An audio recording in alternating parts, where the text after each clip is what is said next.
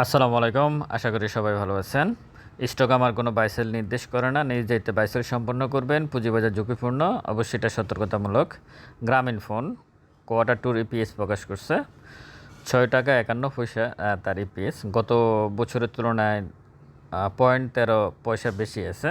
আর net operating 26 টাকা 94 পয়সা, গত বছরের তুলনায় 1 টাকা 13 পয়সা কম আছে। আজকে এসে 11 কোটি 23 লাখ ভলিউম করলো গ্রামীণ ফোন, ডিসেম্বর ক্লোজিং স্টক। আর যেহেতু আমাদের কমিউনিকেশন খাতের যতগুলো কোম্পানি আছে তার মধ্যে অন্যতম পজিটিভ একটা কোম্পানি, নজরে রাখতে পারেন।